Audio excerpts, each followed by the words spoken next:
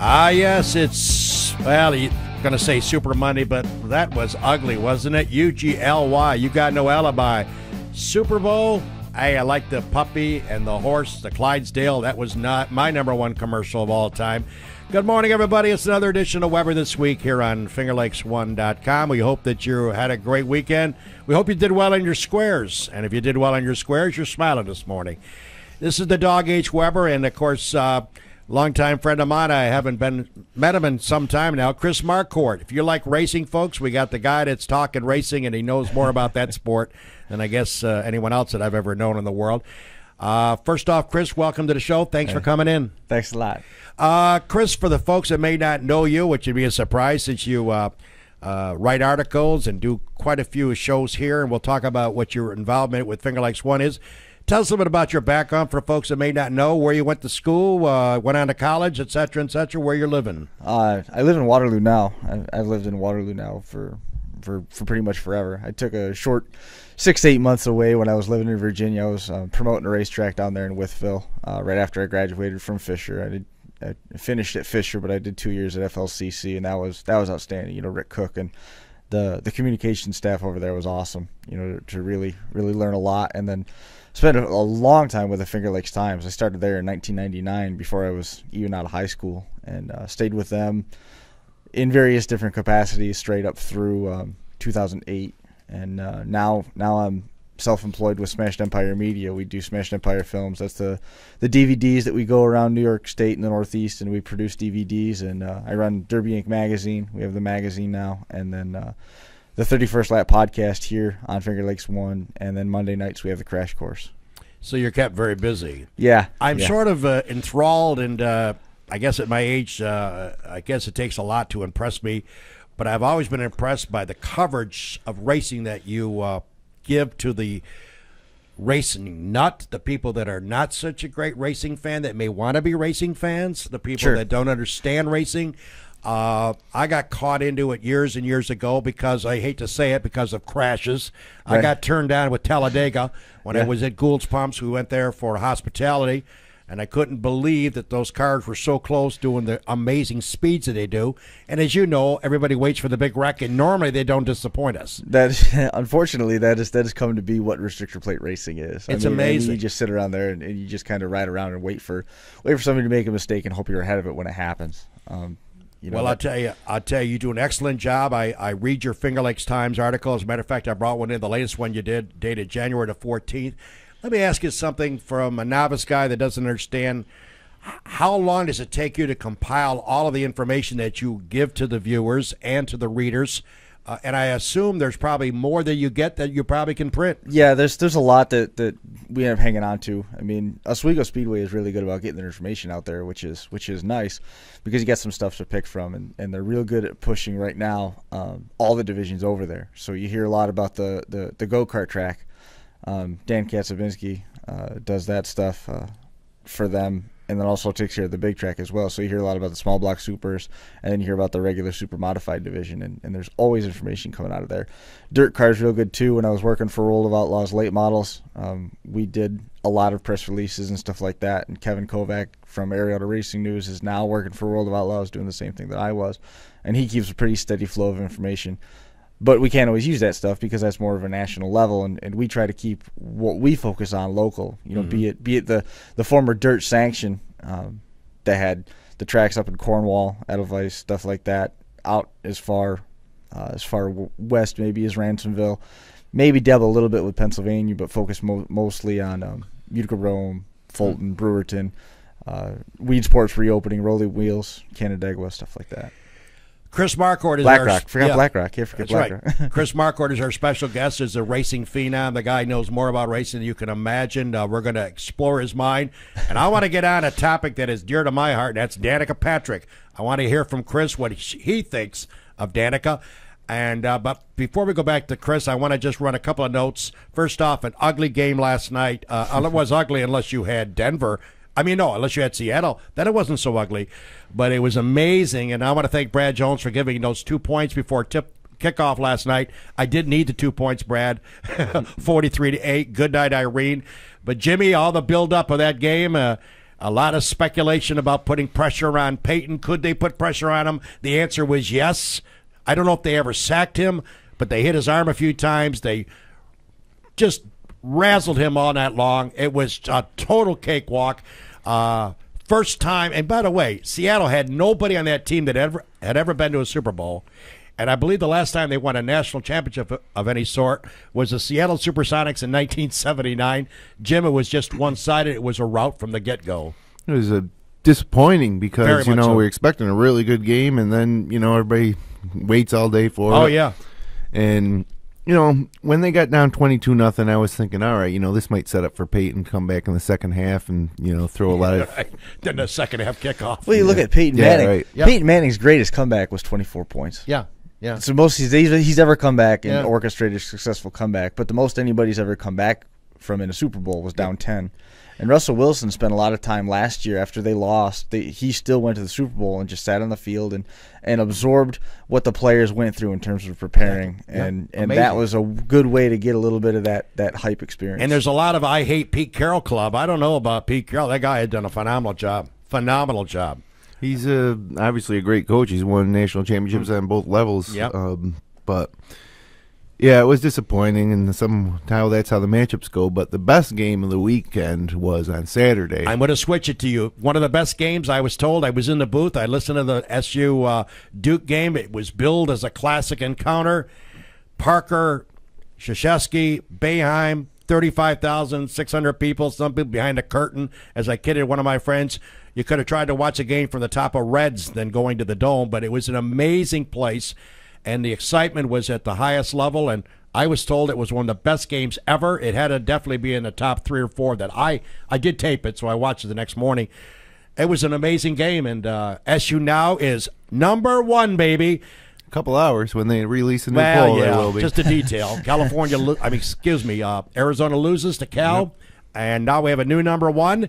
And it doesn't get any easier for SU because they're right back in it tonight. The Fighting Irish and Notre Dame visit the Dome. And, Jim, I tell you what, you got to be extremely proud of your Orangemen. They are playing awesome. Didn't want to lose to Duke at home the first time we played them in the ACC. That was the most important thing. Don't know if I could live with that. Now when we go back down to Cameron on February 22nd, we don't have anything to lose. Right. If we had lost this game at home, boy, that would have been a big one. A lot of pressure. But yeah, it's amazing to me that this team keeps finding ways to win. Duke made 15 3-pointers, 16, whatever it was, a million 3-pointers. Yeah. But they still lost. Any other team make that many 3-pointers, you usually win. Right. So it's funny that Coach K decides that the way to beat Syracuse is to jack threes up, and that just shows how good Syracuse really is. It was. I'll tell you, it was one of the greatest sporting events. And, Chris, I know you agree. It was great for SU following, and the Orange are pumped, and they'll get ready to resume tonight, and they'll be introduced as the #1 team in the country. Well, listen, folks, Chris Marquart is our guest. And, Chris, let's turn our attention to my favorite topic. When Danica Patrick raced in the Nationwide Series, the AAA of the NASCAR scene, I thought it was a good move, and I thought it was good for racing to have a female behind the wheel. I mean, she had some decent finishes in the second level. But then all of a sudden, for some odd reason, she got promoted and got a car by Tony Stewart, right? Stewart. And I started thinking, well, let me see what credentials got her from the second level, which, as you know, Chris, you followed better than anybody. There's a lot of kids that want to get up to that next level. Was it the beauty? Was it the good body? Was it what's going on here? So then I've been kind of following her, and I was picking on Dickie Marshall, who you know, and Ted Flock, who are racing nuts. And I would say, wait a minute, is this a Revlon commercial, or does she really, as a Saturday Night Live skit, is she worthy? Now, in 2013, a couple stats, and I think you would disagree with me if I'm wrong, top 10 Daytona, everybody said, wait a minute, this lady's got game. She's got the right stuff. The rest of the season, I think her average finish was 29th. I might be off by 1, but I think it was 29th. Now, there's only 43 to start every race. Tell me the way it is. What do you think of her? Does she belong at a NASCAR circuit, or was that sort of like let's bring up a gift from the bottom series? Well, there's a couple different dynamics at play there. I mean, does she belong in a NASCAR? I think she does at some point. Okay. On some level, she certainly does. If you want to look at it from Tony Stewart's perspective, he hired her away from I believe she was in the junior motorsports car. Okay. And she probably needed to spend a little bit more time in the Nationwide Series. She needed a little bit more seat time. She's able to drive a full fender car. Her open wheel experience is great. She's done a great job. Right. With open wheel car, IRL car. The other side of it is Tony Stewart starting a new team. He's got an opportunity to put another car out there for all sorts of R&D. And he's also going to put a lot of attention on his team by bringing Danica Patrick up. Okay. It's also a no-brainer when she's got the backing of a corporate company like GoDaddy. Okay. So you've got money at play, you've got talent at play, you've got Tony Stewart likes her. Mm-hmm. I mean, he likes her because of that background that she's got that she brings to the table, and that certainly helps you keep your seat if your boss likes you. Okay. You know, he's not looking to fire her, and there's no reason to, because if he fires her, now he's also got to figure out a way to fund that team, and he's got GoDaddy behind her already. Okay, so it's an economic situation. Well, there's playing there. Sure. Okay. If you were Tony Stewart and you didn't have the GoDaddy Go connection, you might not have brought her up because of the financials. Probably would have had to look at it a little closer. Okay. Interesting. The speculation of people introducing her at award ceremonies on CBS as a world-class NASCAR driver, a little over the top? There's only 43 people in the country that do it. Okay. All right. And she, I'll give her the world-class banking because of what she's done in the open wheel car. Okay. Sounds like he's a fan. If you look at I am the only one on the 31st lap, by the way, that thinks that Danica Patrick is a good race driver. I think that's great because my view is obviously opposite, but I can't start my own car, let alone talk racing with you because you have such a great background, and I would never dispute your facts. I just look at it, and I'm thinking, wait a minute. She finishes top 10 at Daytona, and you're probably too young to remember this. Al Davis, the former owner of the Raiders, just win, baby, get in the hunt, and I'm thinking to myself, she averages 29th the rest of the complete racing season. Why am I supposed to be impressed with that? Well, I mean, there's a lot of people that if she averaged 29th, and I don't remember where she finished in the points for sure, but there's a list of drivers that don't have rides, and there's a list of drivers that have rides that probably shouldn't have rides. Okay. Joe Nemechek. Joe Nemechek, actually, he's had a pretty good career. Yeah. When you go across the board, he's got wins. He's done really well. I remember the days when we used to level. sponsor Mike McLaughlin for Gould's Pumps. I remember him, Joe. I met him down in Charlotte. Yeah. And Mike McLaughlin, there's another one who came from the open wheel ranks and ended up doing pretty well for himself in the NASCAR field. Danica got to push at the right time. The other thing is, well, if you're looking simply at money, why doesn't James Hinchcliffe? Why isn't he the one that's getting the push? Well, he is. He's moving up through the ranks. He's doing just fine for himself outside of the NASCAR world. So, there's when you look at you could go back through history. There's like David Pearson. Mm-hmm. Very rarely did he run the whole schedule. Mm-hmm. But he's one of the legends of the sport. Imagine what he could have done if we look at the ifs and whys of his career. Or somebody like James Hilton, who only picked up 1 or 2 wins back in the 80s. Dave Marcus is another one. He only picked up, I think he only won maybe 2-3 races, and all of them were at super speedways before they implemented the restrictor plate program. So, there's other people that have come and gone.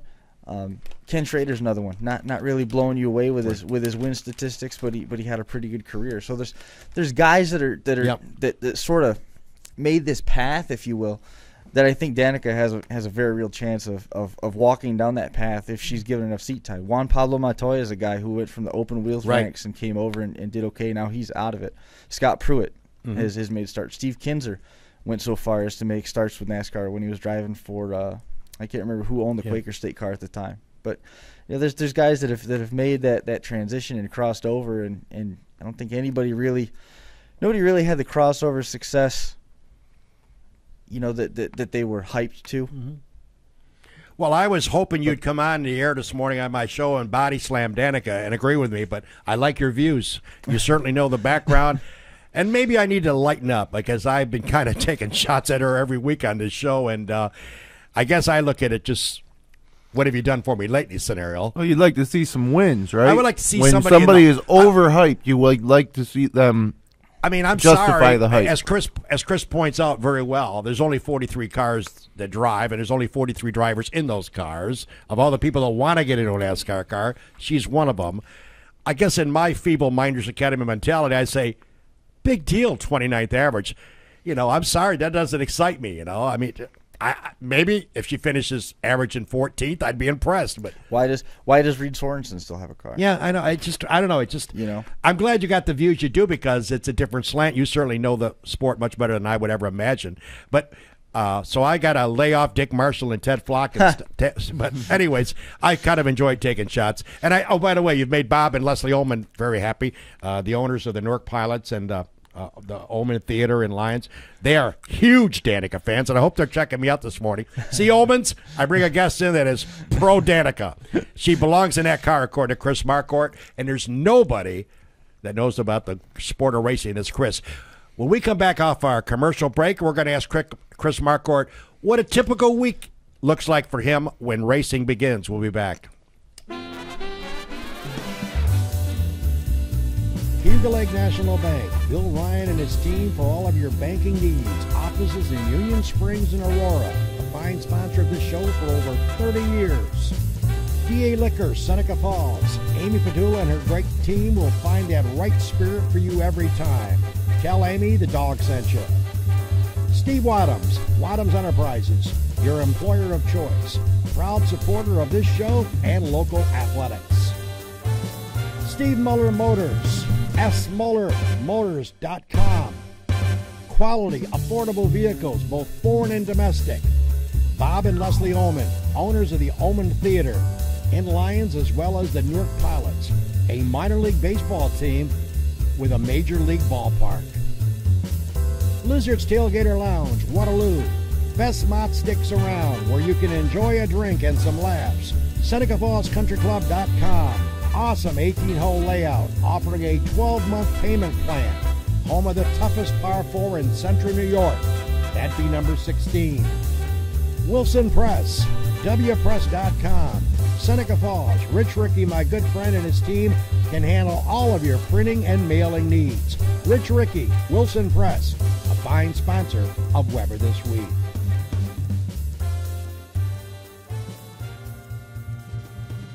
Start your engines, baby. We're talking to Chris Marquart about the world of racing, and I know the show's only 20 minutes long when you figure commercials, etc. But you know what? We could talk to Chris all day long on the air. He's got such a great, vast knowledge, and he's involved in it heavily. Chris, for our viewers, give us a typical week as spring starts to approach us and racing will be abounding throughout the area. Give us a Chris Marquart itinerary for a typical Monday through a Sunday for you. Well, Monday is basically Figure Lakes time stuff. Okay. You spend most of the day just gathering the stuff, wrap it up from the weekend. Mm-hmm. Tuesday and Wednesday is dedicated mostly to Smashed Empire film stuff. Thursday is show prep for here.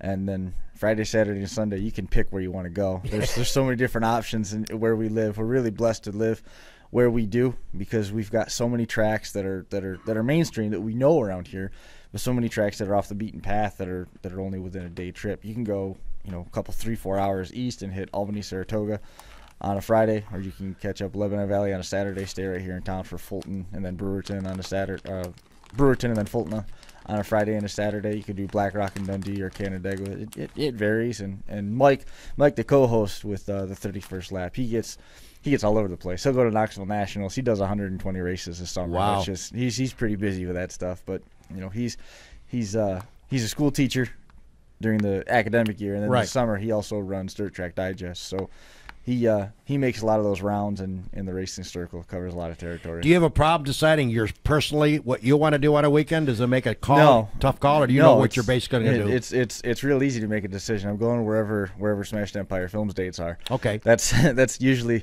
how things are dictated. We've got with Smashed Empire Films, with the Derby stuff in the magazine, we've got a schedule that's actually started last weekend. Okay. In Sturgis, Kentucky, and we're going to be busy straight through the first weekend in November right now with the way that schedule is shaping up. And some of the months we've got 14, 15, 16 nights where we're going to be on the road with Derby stuff between New York, Massachusetts, Virginia, Ohio, and then amazing Demolition Derby. Yeah. It's quite popular. His show, the Crash Course podcast. Yeah. It's a national show.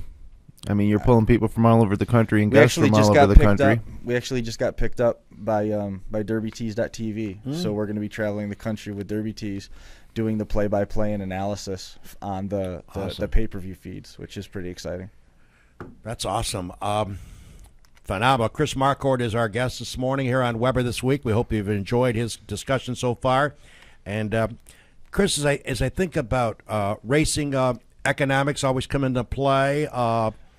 Well, that's one of the reasons why a lot of these young kids get the pushes that they get. It's just because they got the money behind them. NASCAR and the France family in the big level was talking about trying to regroup some of the viewers they have lost over the last some erosion in the TV ratings. Their finances, not that they're going to go broke tomorrow. Give us an overview on the local scene. What is the economic picture in your mind for the local tracks? Are they doing okay? Are they breaking even? Some of them losing a little bit? If you want to be a millionaire Right. in racing, you have to start as a billionaire. Okay. You know what I mean? Right. Because you got to have money. Because you're gonna start with a lot of money. You're gonna lose it in a hurry. But at the same time, there's the haves and the have-nots. There's the super teams like Matt Shepard's now going to drive for the Hickey Baldwin team. He's going to be a teammate with Jimmy Phelps. The Gypsum team's always strong. Brett Hearn's always strong. And then you've got the second-tier drivers that are sort of superstars at the local tracks. You got a lot of sportsmen. There's a lot of sportsman talent in this area, those are the guys that haven't quite made it up into the modified division, and a lot of them don't necessarily want to, just because they've done so many different things now to make that sportsman car affordable. They don't need to move up because they can be just as successful at the level that they're at. And also, side by side, you can run a 360 sprint car with Lucas Oil Empire Super Sprints, URC, or the Patriot Group for about the same as what that sportsman budget is. You can get a motor for a sportsman car for, between $4,000 and $6,000, and not have to pay $40,000 for a big block. So basically, if you're a mom or a dad and you have a budding daughter and a budding son, or a budding son that wants to get into racing from the very start, you better have some cash in the bank. Well, you're going to have to. You're going to have to work your way up. You can try and get some sponsors, but the sponsor sell is really tough. It's really tough, and you're going to be lucky if you're getting a couple $100, or you might get lucky and somebody will pick up your tire bill for the year. It'll help you with some travel costs and things like that. But there's just not the money in it in the area. And I also think a lot of the guys, when I'm looking at it, they're going at it all wrong. You can't just walk in the door and say, hey, give me $25,000 for my race team, and they're just going to give it to you. Right. You need to show them the value of the returns. You got to bring some hard data and say, I'm going to be in front of this many people at our off-season shows. We're going to be in front of this many people on a weekly basis, and then we can have the car set up here at your business X number of times through the course of the season, and actually build some value and give something tangible in terms of returns on that whatever dollar figure you put out there. Mm-hmm. Without doing that, you just walk in there and say, I want $25,000 to go run my race team, and it's awful easy to say no. When you start building those returns, when you're going to start getting some value. Hey, switching back to NASCAR for a second, Yeah. the Elite Series, speculation last year that Michael Waltrip Racing was going to go belly up. They were in financial distress. Can you update us? I haven't heard anything really. I've been following that one that close. I had heard they were kind of about lost ready track to- of that actually. Now that you bring that back up, I had lost track of that. They had heard they were going to go belly up. Their sponsors had gone south. Of course, we all know some of the incidents that took place. Well, that didn't help them. That did not help them. No, that didn't help them. And the thing is a company like Napa or Aaron's, they've got options. Oh, they certainly do. If they don't want to stick with Michael Waltrip Racing, they got first of all, they got Ron Capps on the other side of things in the drag racing car. Ron Capps with their drag racing program, he's winning stuff like crazy. So they're getting plenty of racing exposure there. And there's plenty of teams that are in financial stress, and there's other teams that are really financially set that are winning a lot of races. They're going to put Napa at the forefront too. So I was just curious. And by the way, Michael Waltrip does a great job with commercials. He's an excellent spokesperson. I mean, he really is. For somebody that looks at these guys, he handles himself well in front of a camera. That's a good example right there. Why did he keep a ride for as long as he did? I mean, he did a great job with the Wood Brothers. It took him a long time before he actually got a win, and I think he's still. Well, I'm curious. Sterling Marlin's another guy. Yeah, same situation. I always followed Michael Waltrip, and I was sort of in distress when I heard he might be out of it because of finances. Because, as you know, running a NASCAR series is a lot of cash. Some multi-million. I was going to say multi-million. We're going to go back and talk to Chris on our wrap-up here in a couple of minutes. We're just going to go through a couple other items before we sign off here. We hope that you had a good Super Sunday. Hope you won some money, baby. That's what it's all about. I did. You did. Jimmy won. Jimmy won some money, so Jimmy will be giving free ice water at Reds at noon today. So stop by. Hey, by the way, a couple things to talk about. SU basketball, we need not to talk more about them. They're going to be number one tonight. Big Notre Dame game coming to the Dome. Let's talk also about Finger Lakes 1 TV coverage of high school basketball. 3 games remaining in our schedule. Actually, 2 sites, but 3 games. As Ernie Banks once said, let's play 2 Friday night, the 7th, this coming Friday night. Jim and the crew will be at Minders Academy, 6 o'clock. The Waterloo girls versus the Minders varsity girls, 6 p.m. tip-off. And at 7:30, the boys go at it. The Waterloo boys versus Minders. We'll do both games. Brendan Harrington will be there. Jim Senacropi, Jeremy Hunt, Matt Berkey, and Kevin Korsanowski will all be there as we present you a twin bill of action. Lots of basketball starting around 6 o'clock this coming Friday. So that'll be 4 hours of coverage, Jim, pretty much. Yep, it should be about 4 hours, and I'm looking forward to it. It's a nice little showcase. I kind of wish that they always did varsity girls and then varsity boys everywhere, because all the webcasts we do both of those games. Exactly. But it should be fun. It's Minders versus Waterloo, so there's always some community interest there, and expecting to have good viewership, and we should have a few surprises for and by the way, night too. And by the way, a week from tomorrow, I'll have the distinct honor of covering the last game of our schedule, which will be the Waterloo girls at home against the Newark girls. Always a good battle. And by the way, that'll be our final broadcast of 2013/14. I'll be joined by Kevin Korsanowski, Jim Senacropi, and Jeremy Hunt. We'll be in Waterloo on the 11th, which will be our final telecast for high school basketball this year. And we've had a ball. I know Jimmy's been around the area, over and back, different places, and the coverage has been spectacular. And the comments have been awesome, too. I've had a lot of people talk about checking out these games, and that's what Jim has put the resource into, Jim, and you need to tip your own cap. A lot of comments, very good comments coming in. This year more than the previous 2. This is our third year. We did 3 games the first year, 10 games the second year, 14 this year. And this year was the year that when we showed up in the gym, everybody was excited about it. They knew why we were there. Yep. And from the fans to the coaches to the school administrators, they were all excited when we were there. So exactly. It's good stuff. To the Norks of the world and to the Genevas of the world and the Clyde Savannah and Zach Young and Lions, wherever Jim has gone with our crew, they've been more than ever possibly hospitable to bring us in there and give us the great facilities to broadcast. Speaking of Waterloo, let's not forget, let's give out kudos this morning on the Weber Show to Lauren Deming. She's made the 1,000-point club. Lauren Deming, the sensational young star who's now recovered from her injury up in Waterloo, playing for Mike Bree. So congratulations, Lauren, on reaching 1,000 points in a game against Geneva the other night. Speaking of high school basketball, just give you a quick cue of what's coming up the next couple of weeks on the show. Next week, we're going to go from the world of racing at Chris Marquart. We're going to go to the political world. The outspoken, the controversial, lay her heart on the table. Cindy Gardick-Lorenzetti will be here next week on the couch talking politics. I would have liked her to be here this week. No offense to Chris, but she's a huge Syracuse fan. She is. She's probably riding high after this weekend. We'll be talking SU with her, too. Not a lot of SU. We'll be talking politics, get her views on the IDA, the new casino scheduled for McGee maybe in our lifetime. What's the story with the Indian issues? All kinds of topics I want to get into her. Get her opinion. Believe me, she'll have an opinion on it. That's what I love about her. She'll be here next week. And then the following week, we turn our attention back to high school. You know, small in stature, big in heart. You could miss that little town if you go by it. Romulus, New York. Why are we bringing them in? Well, they just happen to be undefeated in girls basketball. Hello, 15-0. So Damon Nicholson will be in the house along with 2 of their players. And those young ladies are named Olivia Brandow and Jessica Rohn. They both are seniors. Olivia Brandow, Jessica Rohn, along with head coach Damon Nicholson of the Romulus girls basketball team. It's a day off. It's President's Day. We'll have them on the air on the 17th. That should be a lot of fun, and truly, they deserve a spotlight. And we at Finger Lakes 1 here in Weber this week will do the spotlighting in a couple of weeks. Well, Chris, certainly our time is running out, but I want to thank you for coming in, and as you look forward to the NASCAR series, where I pay a lot of attention to on most Sundays, I try to watch it.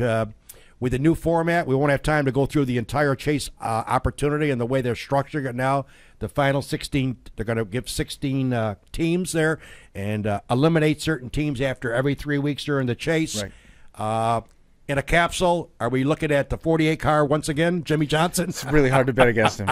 Really hard to bet against him. Basically, they're going to go to Homestead. There's going to be, 4 at most. At most, on a whim, there could be 7 drivers that are going for the championship, and it's best place finishes. I can't let you go without asking you. I know the 48 car has tons of millions of dollars supporting them. Yeah. They got a great crew chief. They got a great crew to work on that car.